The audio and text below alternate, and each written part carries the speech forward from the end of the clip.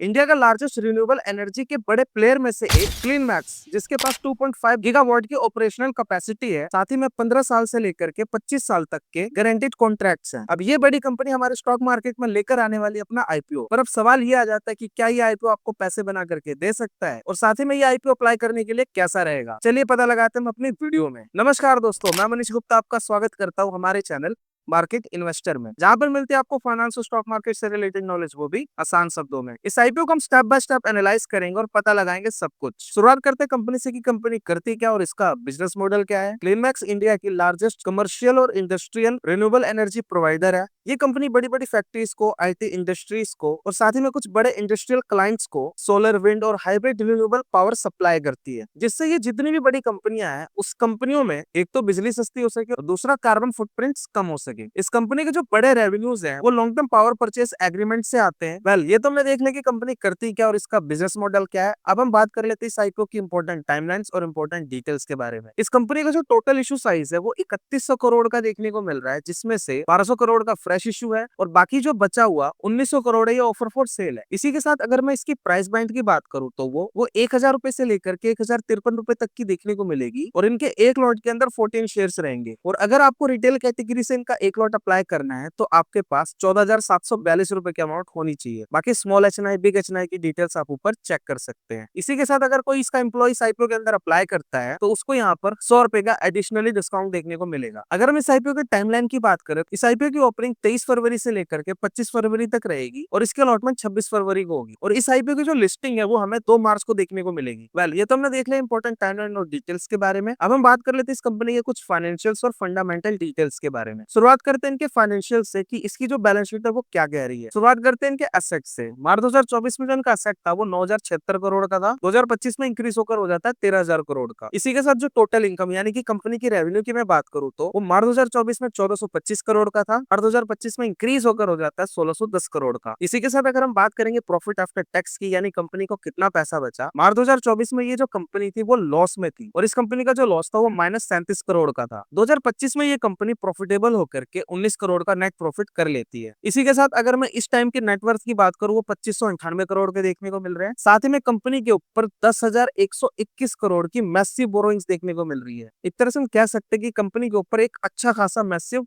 Loan है। इसी के साथ अगर हम इसके फंडामेंटल डिटेल्स की बात करें तो कंपनी का रिटर्न ऑन इक्विटी वो सिर्फ 0.43% का देखने को मिल रहा है। साथ ही में जो डेट टू इक्विटी रेशियो है वो 2.53 का है, जिससे हमें पता लगता है कि कंपनी के ऊपर भारी भरकम लोन है। इसी के साथ जो कंपनी का रिटर्न ऑन नेटवर्थ है वो सिर्फ 0.43% का देखने को मिल रहा है। और वही अगर हम इसकी पी रेशियो की बात करें तो इस आईपीओ के लिस्ट होने के बाद जो इसकी पी होगी वो 324 की हो सकती है। बाकी वैल्यूएशन की बात हम आगे करेंगे। साथ ही में जो कंपनी का मार्केट कैप है वो 12,325 करोड़ का देखने को मिल रहा है। अब हम बात कर लेते हैं इस आईपीओ की जीएमपी के बारे में। फिलहाल आज के दिन जो मार्केट थी हमारी वो थोड़ी बहुत क्रैश हुई थी, इस करके इसकी जीएमपी भी काफी ज्यादा फॉल कर चुकी है और इस टाइम पे जो इसकी जीएमपी वो 0.47% की देखने को मिल रही है। बाकी जीएमपी अंदाजे के लिए होता है, ये टाइम आने पर चेंज हो जाता है। अगर आपको स्टॉक मार्केट के इंपॉर्टेंट अपडेट और साथ ही में आईपीओ का अपडेट चाहिए तो आप हमारे टेलीग्राम ग्रुप से जुड़ सकते हैं, जिसका लिंक मैंने डिस्क्रिप्शन में मेंशन कर रखा है। ये बिल्कुल ही फ्री है, वहां पर आपको टाइमली आईपीओ और साथ ही में स्टॉक मार्केट के अपडेट्स मिल जाएंगे। वेल, इसी के साथ अगर हम इस आईपीओ के ऑब्जेक्टिव की बात करें तो इस कंपनी का एक ही ऑब्जेक्टिव देखने को मिल रहा है। इस कंपनी के पास जो आईपीओ से पैसा आएगा उसमें से ये कंपनी 2122 करोड़ रुपए से जो इनकी आउटस्टैंडिंग कुछ बोरोइंग्स है उसको वो रीपे करने का काम करेगी। वेल, ये तो हमने काफी सारी डिटेल्स को चेक कर लिया। अब हम बात कर लेते हैं अपने मेन कंक्लूजन के बारे में, जिसमें हम पता लगाएंगे कि इस आईपीओ के अंदर अप्लाई करना सही रहेगा या फिर नहीं। कंक्लूजन जानने से पहले मेरी आपसे एक छोटी सी रिक्वेस्ट है, अगर आप इस चैनल पर पहली बार आए तो प्लीज इस वीडियो को लाइक करके चैनल को जरूर सब्सक्राइब करें। वेल, अब हम बात कर लेते हैं अपने मेन कंक्लूजन के बारे में। कंपनी का जो रेवेन्यू है पिछले एक साल के अंदर 13% से इंक्रीज होते हुए देखने को मिल रहा है, लेकिन वही अगर कंपनी का नेट प्रॉफिट की बात करें तो कंपनी 2024 में लॉस में थी। उसके बाद ये जो कंपनी है 2025 में प्रॉफिटेबल हो चुकी है। इसी के साथ इनके बैलेंस शीट के अंदर जो सबसे बड़ा नेगेटिव देखने को मिला वो ये है कि इस कंपनी के ऊपर एक मैसिव बोरोइंग्स है जो कि है 10,121 करोड़ की। इसी के साथ अगर हम इसकी पी को कंपेयर करें कंपनी की वैल्यूएशन से तो वो काफी ज्यादा हाई नजर आ रही है। सो अब सवाल ये आ जाता है कि इस आईपीओ के अंदर हम क्या करें। सो सभी नंबर्स और एनालिसिस डिटेल्स को मद्देनजर रखते हुए हम ये कह सकते हैं ये जो कंपनी है सिर्फ सिर्फ और सिर्फ लिस्टिंग गेन के लिए अच्छी रह सकती है, वो भी तब जब इस आईपीओ के दूसरे दिन अगर इसकी जीएमपी अच्छी देखने को मिली, नहीं तो इस आईपीओ को अवॉइड करना ही बेहतर माना जाएगा। इस वीडियो के लिए इतना ही, उम्मीद करता हूँ ये वीडियो आपको हेल्पफुल लगा होगा। इसी के साथ जो रिसेंट का आईपीओ है, अगर आपको उनकी एनालिसिस देखनी है तो आप यहाँ पे या फिर यहाँ पर क्लिक करके देख सकते हैं। बाकी मैं मिलता हूँ आपको इन एनालिसिस वीडियो के अंदर, तब तक के लिए आप अपना ख्याल रखिए। गुड बाय, जय हिंद।